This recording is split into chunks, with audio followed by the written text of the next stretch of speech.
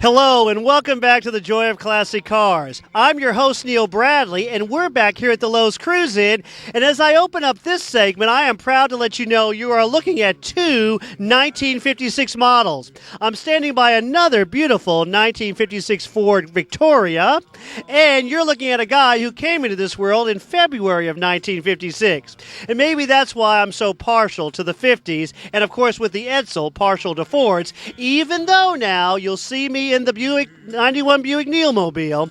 But anyway, as you remember from the last segment that we just did, the rain cut our visit short last month. So we're back here now in August to finish up highlighting the great things that occurs on the Lowe's parking lot every second Saturday.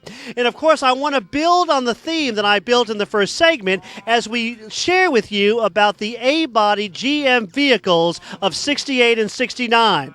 So if you'll join me, we're going now to talk with Steve Mayfield, and then we'll show you a few other neat cars that have come out to be here tonight. Also, we'll share with you, we've got some great 50s music in the background, and our hula hooper is back. So anyway, stay with us as we enjoy tonight's visit here at Lowe's. Dinner Theater, South Central Bank, and Rivertown Moving and Storage. And so anyway, we come down and get those door prizes. Okay, I want to thank our door prize sponsors. Got some great things to give away tonight, and come on down and get them. So anyway, let's see. Oh yeah, Debbie, hello.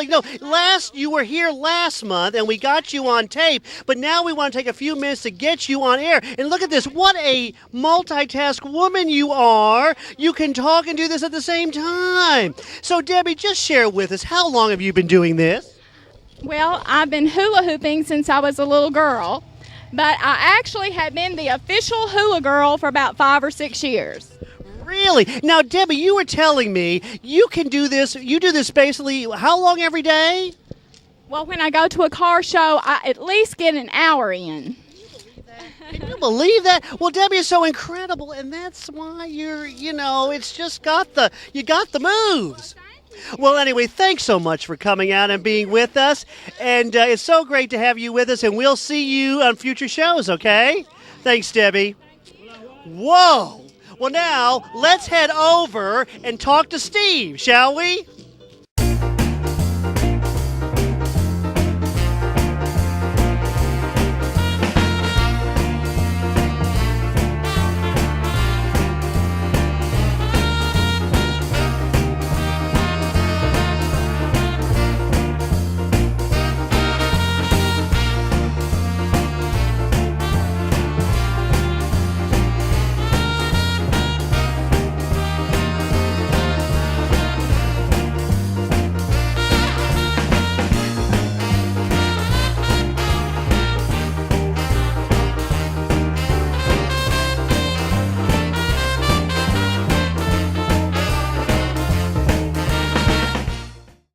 You know, as you remember from our first segment, not only are we here featuring the Lowe's Cruise-In, but we picked a special theme as we were highlighting the GM A-body cars from 1968 and 69.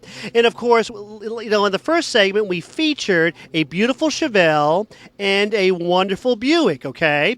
But also in the previous episode, you may have known that wonderful GTO that we featured from the Johnson's GTO. Well, that was Pontiac's version of the A-body. The Buick was, the Skylark Grand Sport was Buick's. The Chevelle SS was Chevy. And now I'm with Steve Mayfield. Hey, Steve. And as you can tell what he's wearing here, Steve is sporting Oldsmobile's version, okay, which is a beautiful 1968 recently restored 1968 Hurst Olds 442, right? It is a Hurst Olds. That's right. It's not a 442. It is a Hurst Olds. Okay, so what's the difference, Steve? The difference is that the Hurst Olds was the limited edition version, the high performance version. 515 Hurst Olds came off the 442 line and got sent somewhere else to be converted into the Hurst Olds. So this is one of how many? 515 only for 68. Wow, okay. And of course now, what we're looking at is now, basically, tell us about the A-body, what it did for GM. I mean, it was primarily what type of car? The A-body was the mid-size two-door coupe, and they ran it from the 1960s all the way up until 1987, whenever they finally went to front-wheel drive in 1988. Oh, really? Okay, so they kept that same style. Okay. They had the same continuous rear-wheel drive until 1988. Now, the body style itself went from like 67 through 72, right? 68 to 72. 62. Like, you see that. And of course, basically, they were bread and butter cars for GM for your medium, your middle income families. However, but for those who wanted a little splash, we featured, you had the Buick Grand Sport, you had the Pontiac GTO, and of course the Judge top of the line, special thing, and of course you had the and then the Malibu, the Chevelle SS. But here, tell us specifically what's so special about the Hearst. What's so special about the Hearst?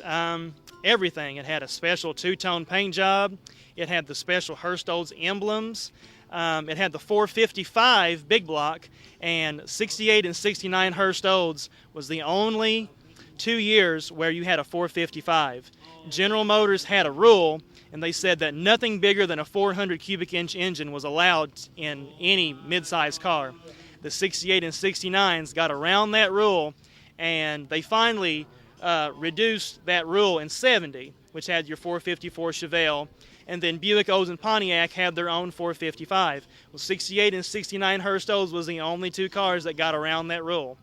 Boy, the late 60s was a great time for GM, and of course for Olds. Hard to believe Olds is not with us any longer. I know, it's horrible to think, and Pontiac is not around anymore. I know. Boy. But in the 60s, those were the days. Well, Steve, thank you so much. It's always a pleasure to see you. Appreciate it. Of course, as I said, this is Daddy's car. But now you've already got it. It's not going to be passed down to you, right? It'll be passed down to me, but I call it Dad's car, too. We just call it the gray car. We don't call it the Hearst Olds. We call it the gray car. And I guarantee you, when I'm 90 years old in the nursing home, I'll still call it Dad's car. Hey, listen, tell me about, now, why did Dad get this car, and where did he get it? Dad's always been an Oldsmobile enthusiast. My granddad was an Oldsmobile enthusiast. He had driven Oldsmobiles through high school and the Air Force. He came home in 1970, and just a little while after he came home, he saw this car come in on a transport trailer at Van Slyke Volkswagen on Frederica Street. He instantly knew what it was, and he knew that he had to have it. Even before the car was backed off the trailer, he was asking questions how much it would be. Mr. Van Slyke, the owner of the dealership, got in and drove it. He took it up and down Frederica Street, and he said, "Get this muscle car off my lot. I hate this thing." Because he sold small Volkswagen. Exactly right.